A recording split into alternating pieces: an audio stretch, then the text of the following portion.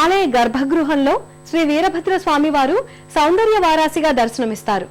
ఆ పంకజ ప్రియుని, ఆ ఖడ్గహస్తుని, ఆ రుద్రాంశ సంభూతిని దివ్య సోయగాలను మనము పరికిద్దామా? రాతి స్తంభాలతో, రాతి పైకప్పుతో నిర్మితమైన ఈ ఆలయం నాటి నిర్మాణ కౌశలానికి తార్కాణంగా కనిపిస్తుంది.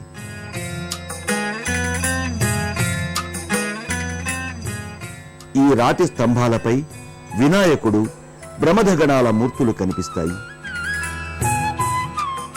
ఆలయం సభామందిరం, అంతరాలయం, గర్భాలయం అన్న 3 విభాగాలుగా దర్శనమిస్తుంది.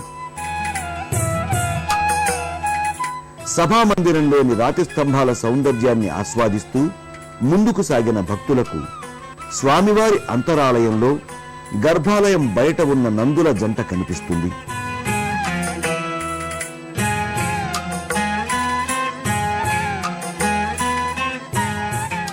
భూతలానికి కాస్త క్రిందుగా ఉన్నట్లు కనిపించే ఈ నందుల జంటలో ఒకటి చిన్నది, మరొకటి పెద్దది.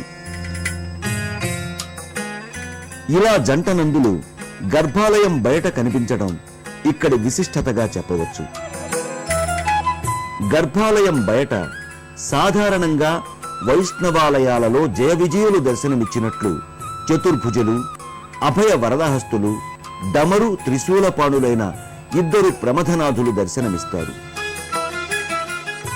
భక్తులు ఈ మూర్తుల దర్శనం చేసుకుని స్వామివారి దర్శనం సత్వరమే తమకు కలగాలని ప్రార్థించుకుంటారు. గర్భాలయంలో పంచలోహ సింహతోరణం క్రింద ఖడ్గధారి అయి ద్విభుజాలతో ఉన్న శ్రీ వీరభద్రస్వామి వారి నల్లరాతి మూలమూర్తి దర్శనమిస్తుంది.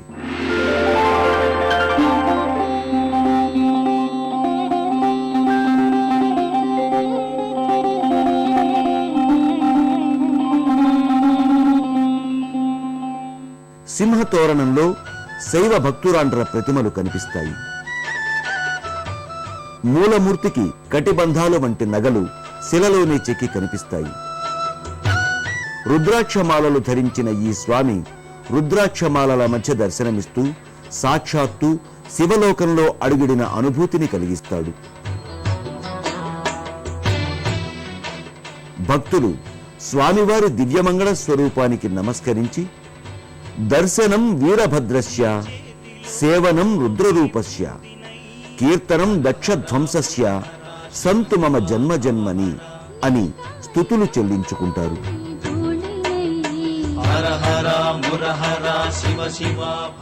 తీరని తమ కోరికలను చెప్పుకుని తీర్చమని వేడుకుంటారు.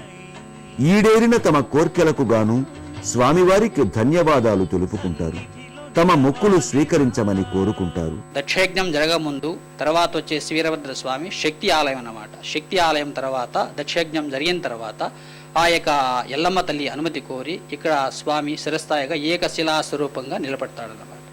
తర్వాత కనీసం ఈ యొక్క దేవస్థానం చాలా 2000 సంవత్సరాల కాలం చాలా పురాతనమైన దేవస్థానం. తర్వాత వచ్చేసి స్వామివారికి బ్రహ్మోత్సవాలే కాకుండా తర్వాత మిగతా రోజులు కూడా అభిషేకాలు, తర్వాత వచ్చేసి సహస్రనామార్చన, ఏకవా రుద్రాభిషేకము, తర్వాత వచ్చేసి గణారాజన, అన్ని పూజ పునస్కారాలు. కడప జిల్లా రాయచోటి శ్రీ వీరభద్రస్వామి వారికి మొదటి పేరు ఇక్కడుండే శిలాశాసనాలు బట్టి వీరేశ్వరుడు అని పేరు. పరమేశ్వరుడు సాక్షాత్తుగా ఇక్కడ వీరభద్రుని అవతారంలో ఆ మీసాలు లేకుండా, జట లేకుండా, అంటే స్వామివారికి భోళ జంగమ రూపం ఉంటుంది లోపల గర్భాలో, నిజ రూపంలో మీసము లేని వీరభద్రుడు, జట లేని వీరభద్రుడు, ఇంత సౌమ్యమైనటువంటి వీరభద్రుడు ఎక్కడా లేడు.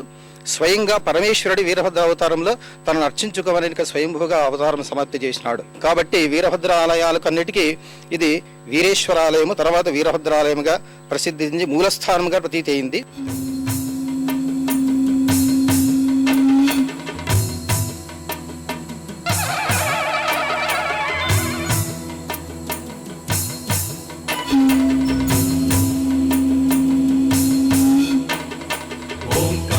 ह्रीङ्कार श्रीकार साकार श्रीगङ्गमाम्बाधरा भूतेश परमेश भवनाश भुवनेश श्रीगौरी बिम्बाधरा।